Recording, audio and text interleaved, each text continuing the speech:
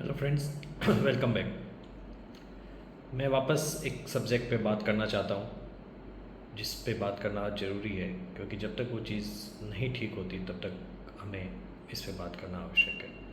CNBC आवाज़ पे मैंने देखा कि वो कई बार बहुत सारे स्टॉक्स के बारे में बायस्ड होते हैं। सबसे ज़्यादा बायस्ड वो एचडीएफसी बैंक को लेके हैं। एचडीएफसी बैंक के बारे में वो सवेरे जो शुरू होते हैं वो शाम को 3:30 बजे तक बंद नहीं होते। जब भी बैंक निफ्टी की बात आती है वो एचडीएफसी बैंक की बात ज़रूर करते हैं। आप खुद कभी उठा के टीवी चैनल खोल के देखिए, जब भी बैंक निफ्टी की बात है वो एचडीएफसी बैंक की ही बात करते हैं।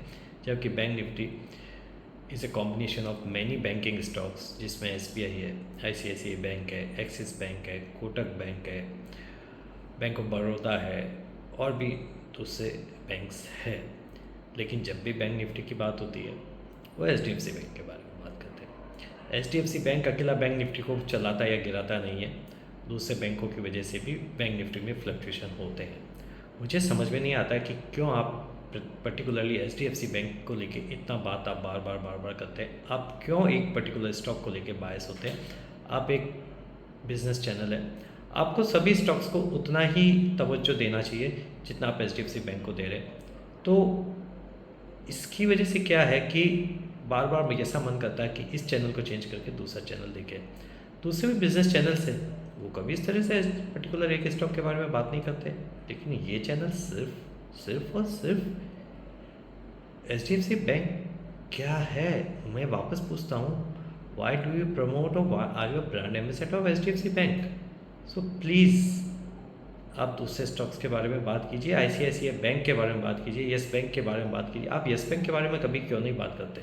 मुझे समझ में नहीं आता है उस बैंक में क्या खराबी है, क्या आप उसके बारे में कभी बात नहीं करते?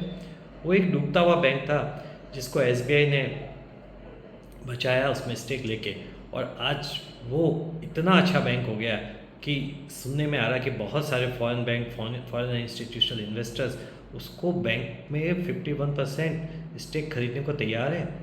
अगर वो बैंक ख़राब होता है या बैंक परफॉर्म नहीं करता तो फॉरेन इन्वेस्टर कभी उसमें पैसा नहीं लगाता।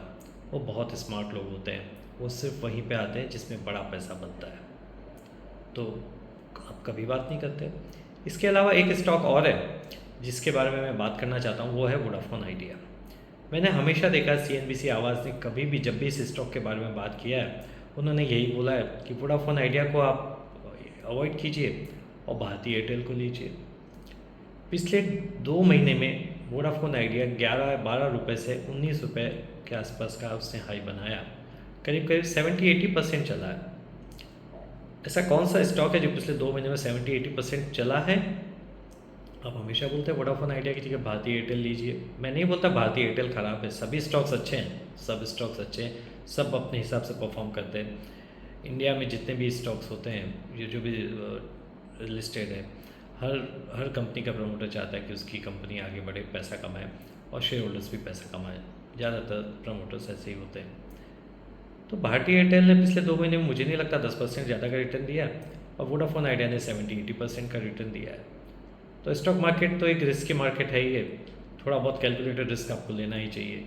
तो आप जब भी वोडाफोन आइडिया की कोई अच्छी न्यूज़ है उसको इतनी तवज्जो नहीं देंगे, लेकिन कोई बुरी न्यूज़ है उसको आप बहुत जल्दी बताते हैं। तो प्लीज़ आपको मेरा आपसे बार बार रिक्वेस्ट है कि आप किसी भी स्टॉक के बारे में प्लीज़ बायस मत होइए। आपके लिए सभी स्टॉक्स एक जैसे हैं, आप सभी को बराबर वेटेज दीजिए, सभी के बारे में बराबर बात कीजिए, तो ही एक रिटेल इन्वेस्टर को समझ में आता है कि उससे क्या, क्योंकि वो आपसे बहुत इन्फ्लुएंस होता है। एक रिटेल इन्वेस्टर सीएनबीसी आवाज़ है, जी बिज़नेस है, ईटी है, या जो भी हिंदी चैनल्स होते हैं जो उनको देख के उससे प्रभावित होता है। आपके यहाँ बहुत सारे एक्सपर्ट्स आते हैं, वो काफ़ी सालों का उन्हें अनुभव होता है, तो उन सब चीज़ों से वो अपने इन्वेस्टमेंट डिसीजन लेते हैं। इसलिए आपका काम है रिटेल इन्वेस्टर को सही न्यूज़ देना और ठीक न्यूज़ देना, ताकि वो इन्वेस्ट करने का डिसीजन ले सके। तो प्लीज़ आप इस चीज़ पे विचार कीजिए, और अगर आपको लगता है कि आपको कहीं इम्प्रूव करना चाहिए तो आपको ज़रूर इम्प्रूव करना चाहिए। Thank you so much, take care, bye.